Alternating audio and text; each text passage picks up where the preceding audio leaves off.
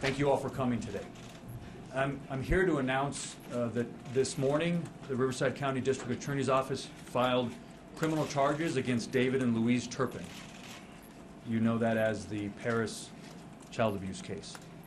What I would like to do today is first tell you what we've charged and the potential consequences of those charges, and then tell you a little bit about the why we charged the case and give you a snapshot of some of the evidence. Of course, I do want to tell you up front, and I'll probably mention it again, this is an ongoing investigation. We are at the beginning, not the end.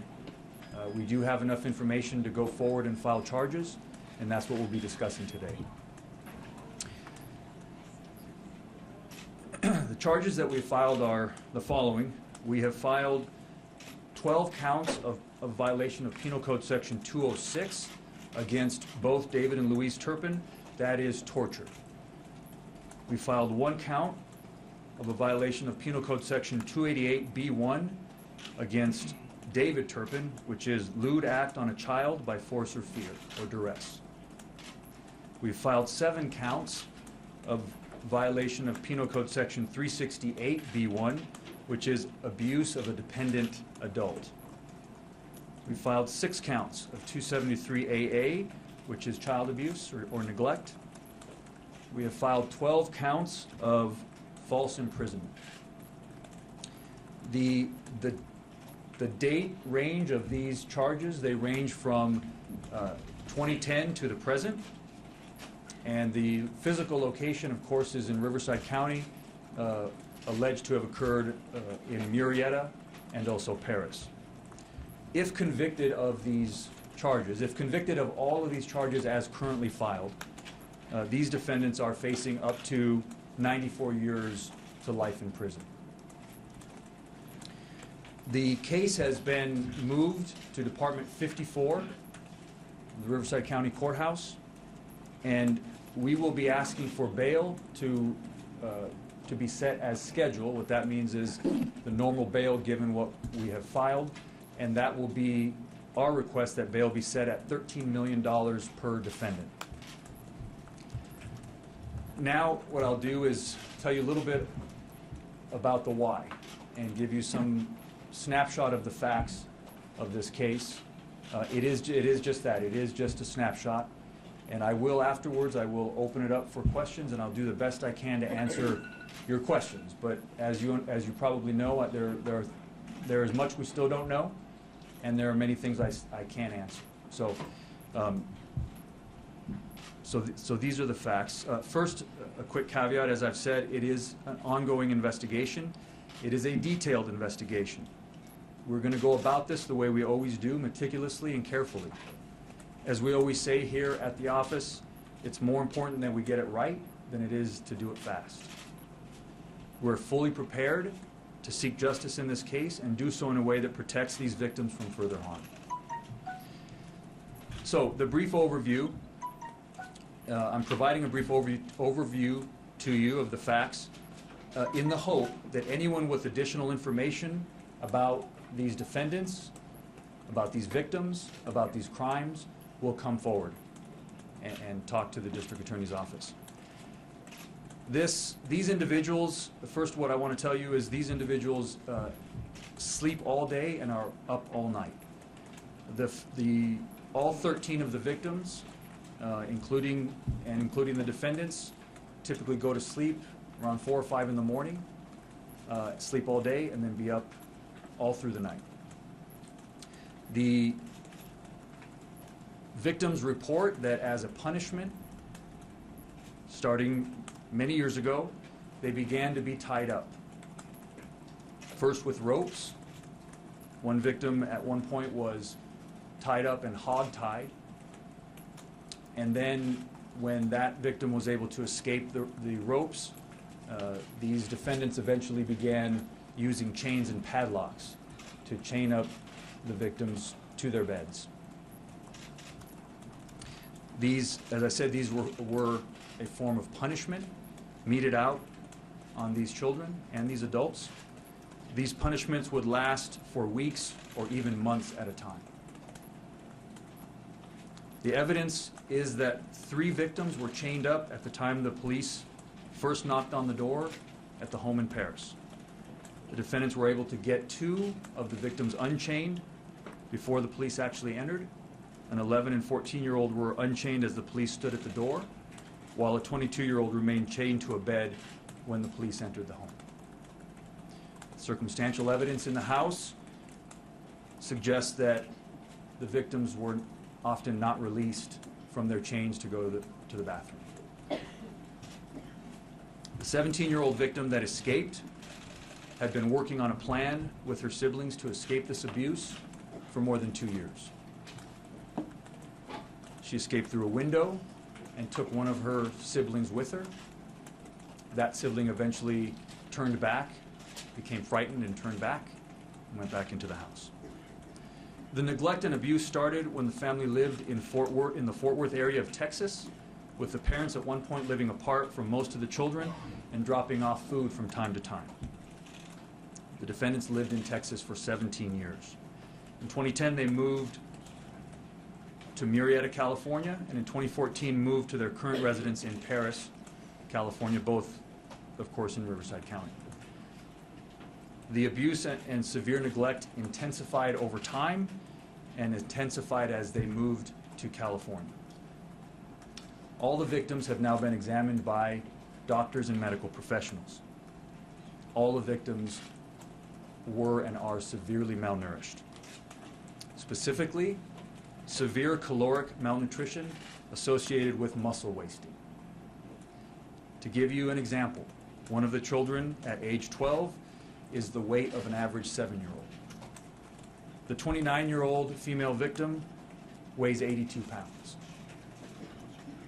Several of the victims have cognitive impairment and neuropathy, which is nerve damage as a result of this extreme and prolonged physical abuse. None of the victims were allowed to shower more than once a year. I want to give you a quick example. One of the reasons for and this is all alleged conduct, I do want to mention that. One of the reasons for these punishments of being chained up to a bed were that, and by the way, the punishments included frequent beatings and even strangulation.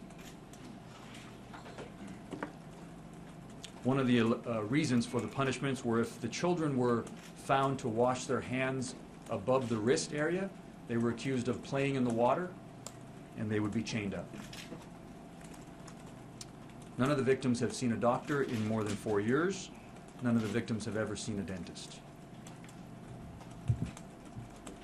The children were, when they were not chained up, locked in different rooms and fed very little on a schedule.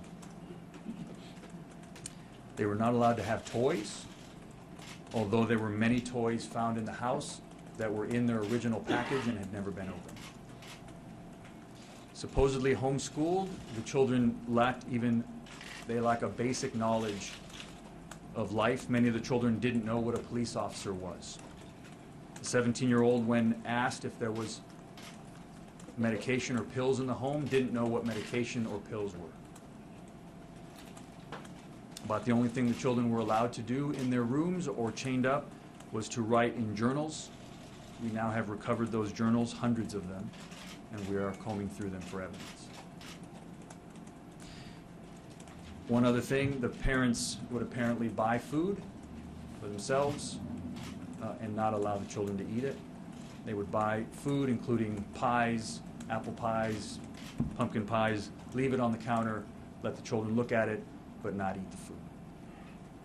It's a very complex case. It's important that we gather and analyze this evidence.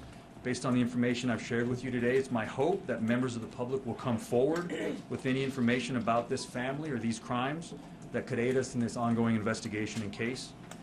If anyone out there has additional information, please call Senior Investigator Wade Walsvik at 951-955-5400, and I'll provide his email later. I do want to say a note of thanks to the Sheriff's Department. They've conducted a professional and excellent investigation, and we're working very closely with Sheriff's investigators. I do also want to mention before I open it up for questions. This case is going to be handled in a sensitive way. As I said, we're fully prepared to seek justice, but we have to do it in a way that protects these victims. They have been severely hurt and damaged, and we cannot cause them any further damage. At this time, I want to call up Melissa Donaldson. Melissa Donaldson is the director of our Victim Services Division. Just want to have her say a few words about our response, the district attorney's response from the victim side. Good morning. Victim Services provide services to the victims of all crime types. In specific, these victims, there are so many that are minors and adults. We're going to be having 3 advocates that will be assisting and providing services to these children and adults. As Mike described, there are multiple issues with all these children, and they are going to take long-term help. Our victim advocates will go to court, they will work with CPS, and we will provide long-term and short-term services to make sure that they are not re-victimized and that we can help them move as far ahead on their health as we can. We also have a crisis response team that we've developed here in the DA's office, and those victim advocates are specially trained in mass casualty and victimization, and those staff are ready and serving the victims as well. Okay, at this time I'll take questions. Is there any explanation on why they behave this way? The lewd act is in reference to just that, a lewd act that we're alleging that David Turpin touched one of the victims in a lewd way by using force or fear. Are David and Louise the biological parents of the 2-year-old? I'd be speculating at this point. We are looking into all of those things, and that's part of the ongoing nature of the investigation. Why did they do this? Why did they do this? Why did they do this? What did they get out of having their kids look really small and having the same haircut and all that? You know, I don't know that I can answer that completely, but I'll tell you that as a prosecutor, there are cases that stick with you, that haunt you, and you know, sometimes in this business we're faced with looking at human depravity, and that's what we're looking at here. Family members say that they've become increasingly religious over the years, and their religion has become eclectic. Did religion have a role in whatever was going on? Was there a religious right or cult? Not that I know of. Are you saying some of the children might not Hold be... on, I'm gonna call out people. During the time that were torture and mentioned, no one noticed what was happening? It appears that no one noticed what was happening. Part of that is what I shared with you at the very beginning, is that the family, these individuals, slept all day and were up in the middle of the night, all night. They were up all night, all of them, not just the parents. Yes? Mike, how did this family earn income? Did they have money coming in, and how did they get that money? Yes, we're looking at that. Not totally clear at this point, but we do know that David Turpin did have a job. He was employed. They did have money coming in. They were able to buy things. They bought a lot of toys that they never opened. They bought other things. They bought food that they ate and they didn't share with their children. Yes? From talking to the neighbors, they say some of the older kids attended a local college. Is it your knowledge that some of the older kids were actually able to leave the house at some point in time? Yes, so at least one of the older victims attended classes. I don't know about full college experience, but attended classes. What we know so far is that Louise Turpin would accompany him, wait outside of the classroom for him. When he was finished with class, she would take him home. Sir, can I ask you, Yes. can you characterize the type of control these children and the young adults were under 24 hours a day? This is severe, emotional, physical abuse. There's no way around that. This is depraved conduct. Yes, sir. Sir, yeah, can you address, you said that there's 12 counts against them for torture. Why not 13? There's 13 Because brothers and sisters. it's a good question. We are not charging torture on the 2-year-old. The 2-year-old, don't know why, but apparently the 2-year-old was getting enough to eat, so we're not going to charge torture against the 2-year-old. The basis of our torture charge is not just one thing, but it's a combination of severe abuse over time. Yes, sir. Could you please give us a rundown of the evidence that you will present in court No, I cannot do that, sorry. Yes, sir. The situation with the kids, when they're able to leave a hospital, will they be put in the foster care system? Will they treat them differently?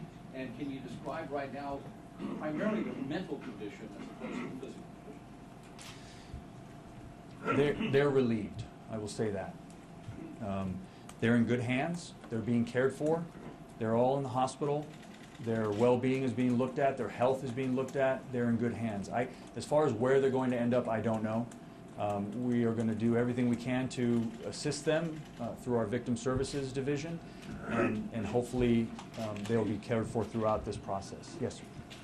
Just two questions, if you may accept the first one. Number one, how many times did they eat a day? And the second question, so much did they to sort of herald the courage that it took this 17-year-old girl to get out? And you mentioned that some of the kids didn't even know what a police officer was. So can you elaborate on the 2-year plan that they were making to, clearly some of the kids must have known that you can get help, like had that kind of educational understanding? Yeah, you're right. I mean, there's a variety, there's a range of thought here. So that's all I can share is that there was a plan for 2 years. As to the details of what went into the plan, at this point I don't know all the details, and that certainly will come out in court. Let me go down here. Yes. Oh, we don't know. I don't know exactly how many times they did. That'll come out later. Yes. I have a question then. Have they said something about why they did this? I can't comment on that. Mike, Yes, sir. What do you think the significance of the hundreds of journals that authorities have collected? I think they will be very significant. I think those journals are going to be strong evidence of what occurred in that home. Has there been a range of reaction for the kids? The older kids seemingly wanting to go back with their family versus the younger kids perhaps being more open to getting away from their family? Not really, no. The kids are relieved, yes. I'm sorry. You mentioned that the 17-year-old plotted the escape. Why was the 17-year-old and not the older kids who may have plotted to try to get away? Well, I don't know. I'd be speculating. And would you say that they were brainwashed? I don't know. I'd be speculating to answer that question like that. Let me go over here. Yes. Mike, you mentioned there was another sibling that escaped initially with the 17-year-old. Yes. Can you elaborate more on that, the age of that sibling, and why she perhaps turned back? She was frightened. That's all I can say. Is that there were 2 of them that left the house. One of them turned back because she was frightened. How old was she? What was the age of the second sibling? I'm not going to comment on that. Anything else? Yes. Can you give the age of the lewd act victim and if it was just one incident? Well, the charge is lewd act under a child 14 years of age. So it would be under 14 years of age. No, I'm not going to Why identify. did you get the reaction that the kids had? No. Other than I'm just going to tell you they're relieved.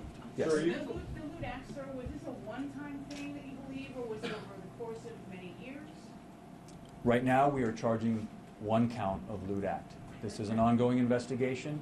I will tell you this, that if our investigation uncovers more crime, we will charge more offenses. Sir, The lewd act was done to a female or a male? It's to a female.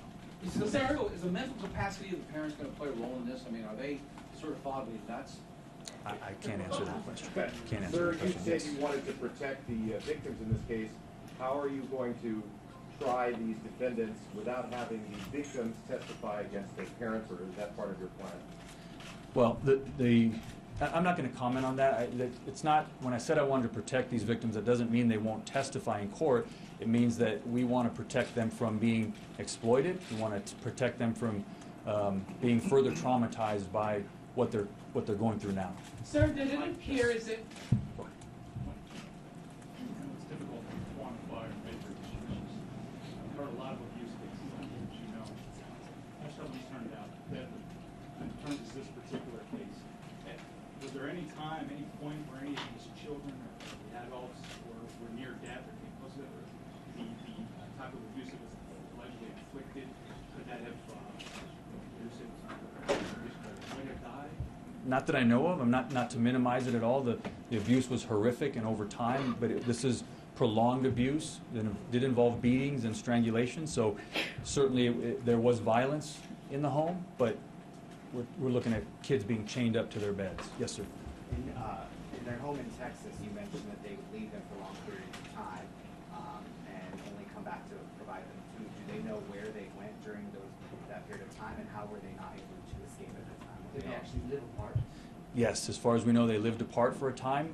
That's one of the reasons why we're giving this information, this snapshot. We're asking for the public's help, not only here in California, but in Texas. Someone must have seen something, someone must have noticed something. We need your help. Sir, can you paint a picture of their mannerisms for us, their characteristics, how they speak, what it's like to see them? No, I can't, I'm sorry. Sir, Yes. does it appear as if the younger children suffered more abuse, or as they got older, they suffered more? And also, do you speak to the $13 million bond that you're requesting? Does that apply for $1 million per child? Yes, it does. And the first question, please, does it appear as if the victimization increased as they got younger, or decreased, or is there a rate?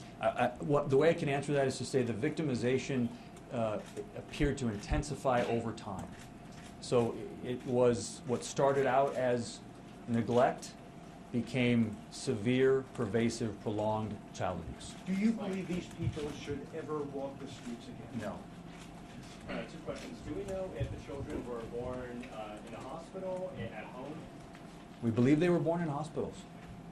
The second, on a personal level, when dealing with a horrendous case like this, how does your team, work through it without, I guess, making motions and, with the wall? Well, I mean, we're not robots, and this is difficult for everybody that sees these images and hears these stories. So it breaks our heart, but we're professionals, and our goal here is to seek justice, protect the rights of the accused.